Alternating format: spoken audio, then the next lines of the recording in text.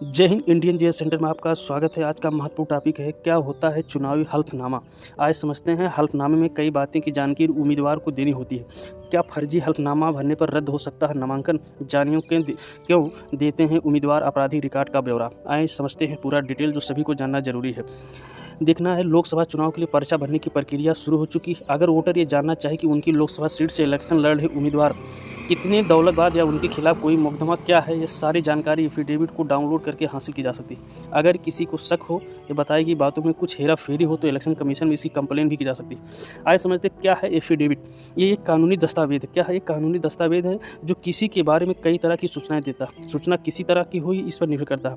हल्फनामे में किस काम के लिए दिया जा सकता है, ये केवल नामांकन भर रहे नेताओं पर नहीं है, आम लोगों पर भी लागू होता है। मसलन अगर किसी दस्तावेज के नाम में गलत आ जाए या प्रॉपर्टी की बात हो या फिर कॉलेज में एडमिशन, हर जगह इसकी ज़रूरत होती है। तो आइए और समझते हैं डिटेल।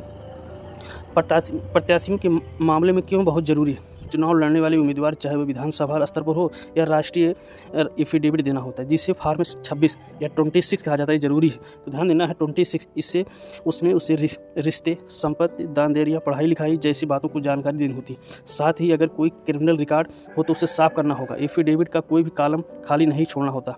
अगर किसी कॉलम में मांगी हुई जानकारी लागू नहीं होती तो वह शून्य या लागू नहीं लिखना होता। तो आओ समझते हैं जो महत्वपूर्ण डिटेल है आपको। ये इसलिए ताकि वोट करने से पहले मतदाता पूरी तरह से साफ हो सके उन्हें किसे वोट करना है किसे नहीं। ये ठीक वैसा ही है जैसे अपने घरों में शादी करते हुए दूसरे पक्ष को पड़ताल करते हैं, छवि ठीक होने की रिश्ता करते हैं। आइए समझते हैं गलत जानकारी देने पर क्या हो। गलत जानकारी देने पर क्या एक्शन होता है। कई बार उम्मीदवार सारी बातें सही नहीं बताते। इसकी पुष्टि होने पर the representation of people's RPA 1951 की धारा 125(1) के तहत अधिकतम 6 महीने की सज़ा हो सकती है।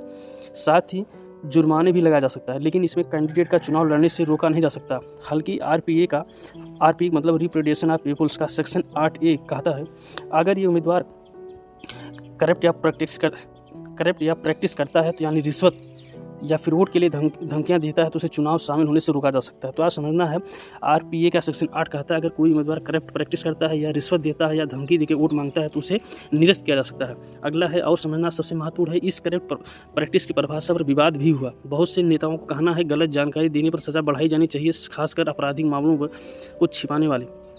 साथ ही चुनाव लड़ने पर रोक लगानी चाहिए ताकि केवल साफ छवि वाले लोग ही लीडर बन सकें। आगे समझते हैं पार्लियामेंट कमेटी ने कड़ी सज़ा की सिफारिश की। इसे लेकर पिछले साल एक संसदीय कमेटी ने भाजपा सुशील मोदी की अध्यक्षता में रिपोर्ट सौंपी। कमेटी ने सिफारिश की गलत चुनावी हल्फनामा में दायर करने का मौजूदा सज़ा को बढ़ाया जाए।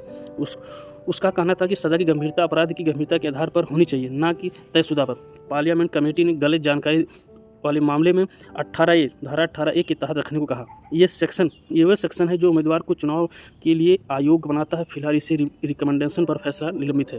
तो आइए और समझते हैं क्या होता है क्रिमिनल रिकॉर्ड और कैंडिडेट का। आमतौर पर पार्टियां खुद ही ऐसे लोगों को टिकट देने से बचती रही हैं, खासकर अगर मामला काफ़ी उछला हो। लेकिन अब ऐसे इमेज वाले काफ़ी उम्मीदवार मैदान में आने लगे हैं। कई बार लोग दागी उम्मीदवार का इतिहास नहीं जानते हुए उसे वोट कर देते हैं। मतदाता सोच समझकर वोट दे दे। इसके लिए चुनाव आयोग ने बड़ा फैसला लिया। न केवल हल्फनामे में क्रिमिनल रिकॉर्ड की बात बताने की होती है, बल्कि दागी उम्मीदवार को 3 बार अपने आपराधिक रिकॉर्ड की जानकारी अखबार में देनी होती है।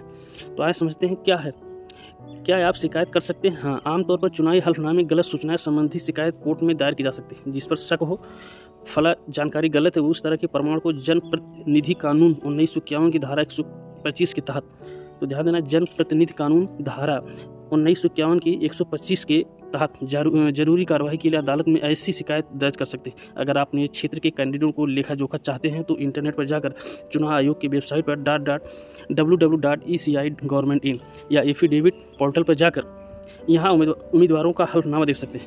आम लोग भी नहीं दे सकते फर्जी जानकारी। तो समझना है, आम लोग भी नहीं दे सकते हैं फर्जी जानकारी।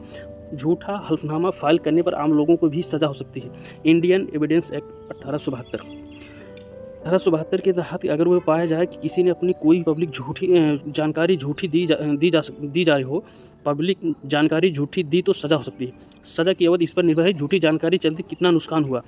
तो ये आईपीसी सेक्शन 193 के अनुसार इस ऑफेंस में माना जाएगा कम से कम 3 से 5 साल की सज़ा हो सकती है। तो आज समझते हैं हर प्रकार की जानकारी आपको दी गई है कि क्या होता है क्रिमिनल रिकॉर्ड और कैंडिडेटों का। पार्लियामेंट कमेटी ने कड़ी सज़ा की सिफारिश की। गलत जानकारी दी पर क्या एक्शन हो सकता है। और प्रत्याशियों के मामले में क्यों बहुत जानकारी है, क्या है एफिडेविट, इसके बारे में जानें, क्या होता है चुनावी हल्फनामा। तो वीडियो अच्छी लगी शेयर सब्सक्राइब जरूर करें। जय हिंद जय भारत।